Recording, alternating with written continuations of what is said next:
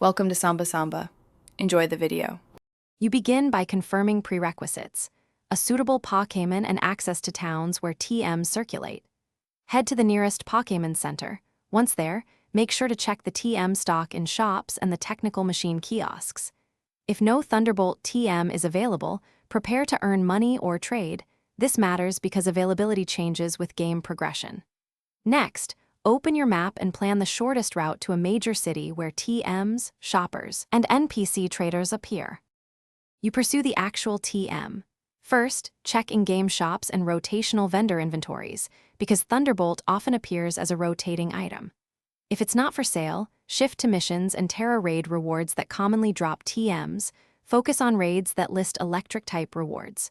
Once done, farm funds through repeatable NPC battles and sell valuable items to buy the TM.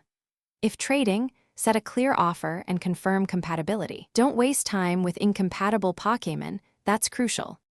You teach Thunderbolt by opening items, selecting the TM, and choosing the recipient Pokémon. Confirm compatibility, then decide which move to forget.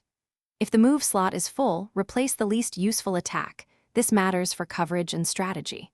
Once taught, test Thunderbolt in battle to verify accuracy and power.